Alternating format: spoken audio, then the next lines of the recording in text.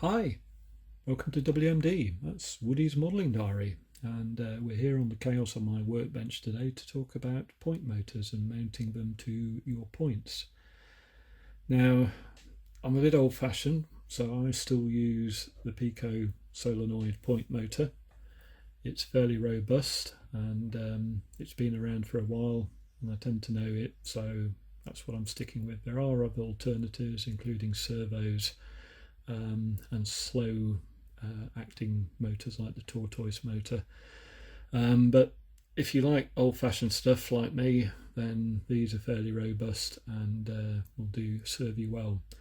Now, originally when Peco developed these point motors, they developed them to fix directly to the point, and if you look at the point itself, it's got little slots either side of the tie rod in the sleepers there, and these prongs are there to mount in there. The middle ones, if you're using an 00 gauge, you bend down, but the others just slot into there, and then you just bend them over a little bit to hold them in place.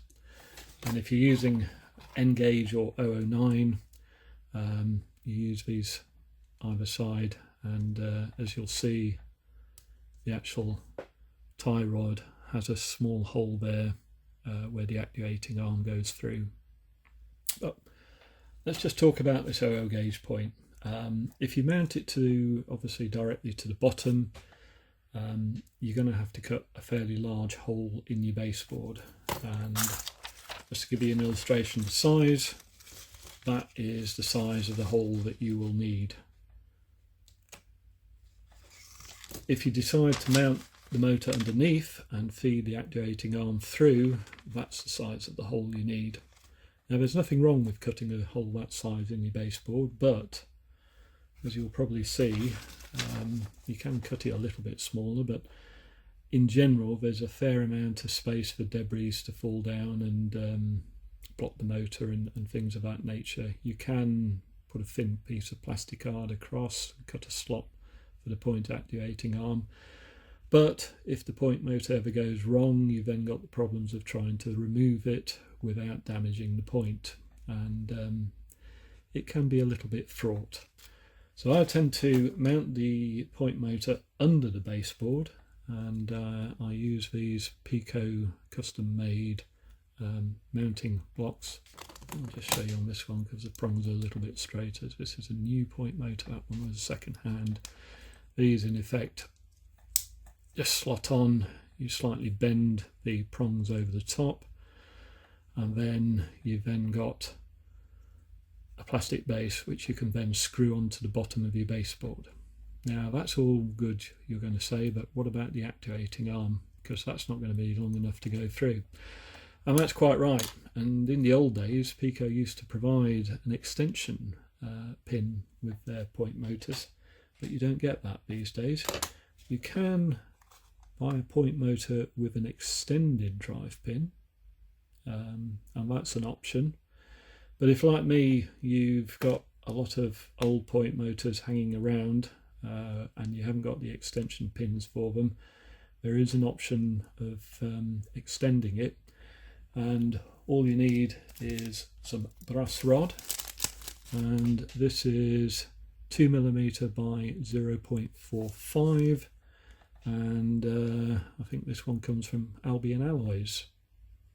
And then you just need some steel wire. This is some piano wire, excuse things falling down, which is 1mm in thickness, and that will fit into there. So all you have to do is measure the thickness of your baseboard together with any underlay. So if you've got baseboard with that sort of thickness, I think that's about 9mm, something like that. No, it's 7mm. So if you had 7mm and say a 5mm underlay, you'd need an extension pin probably about 12 to 13mm long.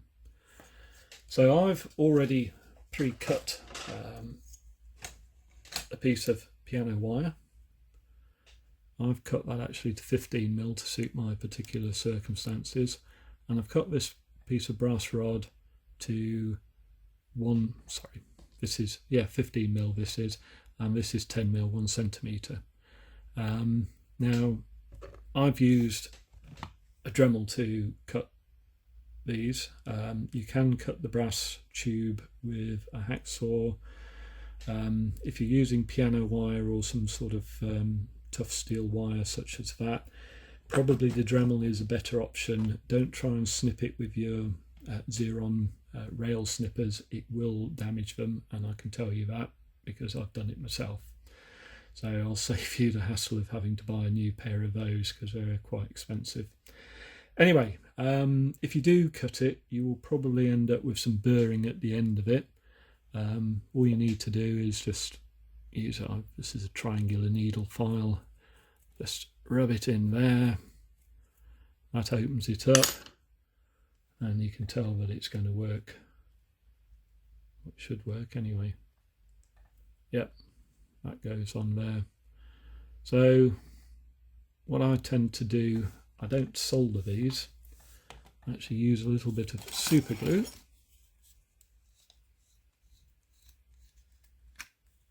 And just to avoid any risks, I just put a little bit on a piece of polythene, a little bit of the bag which actually these things came on. The point motor came in. I'm in a cocktail stick, and I just apply some to the actual actuating arm. Last thing you want is to have super glue run down into the point motor itself. And again, I can save you that particular problem and tell you from experience, it's not very easy to actually unglue a point motor. So I have got one which is glued solid. So we'll just let that set a minute. Doesn't take too long. I just tend to dip the steel wire into the glue and just feed that in.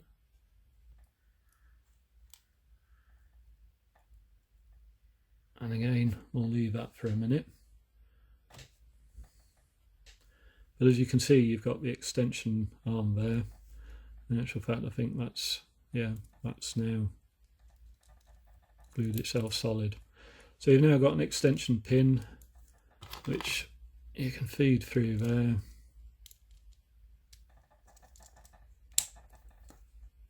And that's ready to go through your baseboard.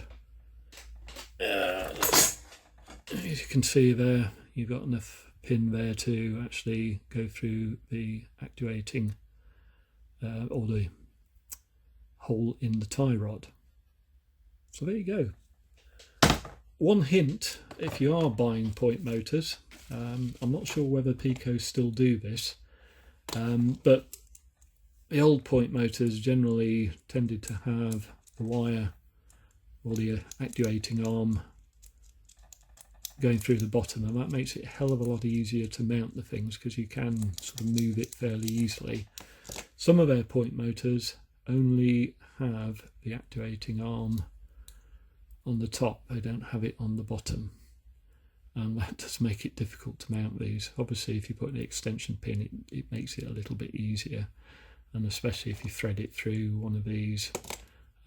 But yeah, if you are buying them, try and make sure you get one where the actual rod comes through the bottom as well. So there you go. I hope that's been of use to you. Better not glue the point motor to the bag.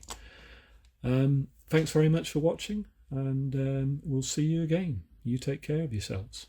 Bye.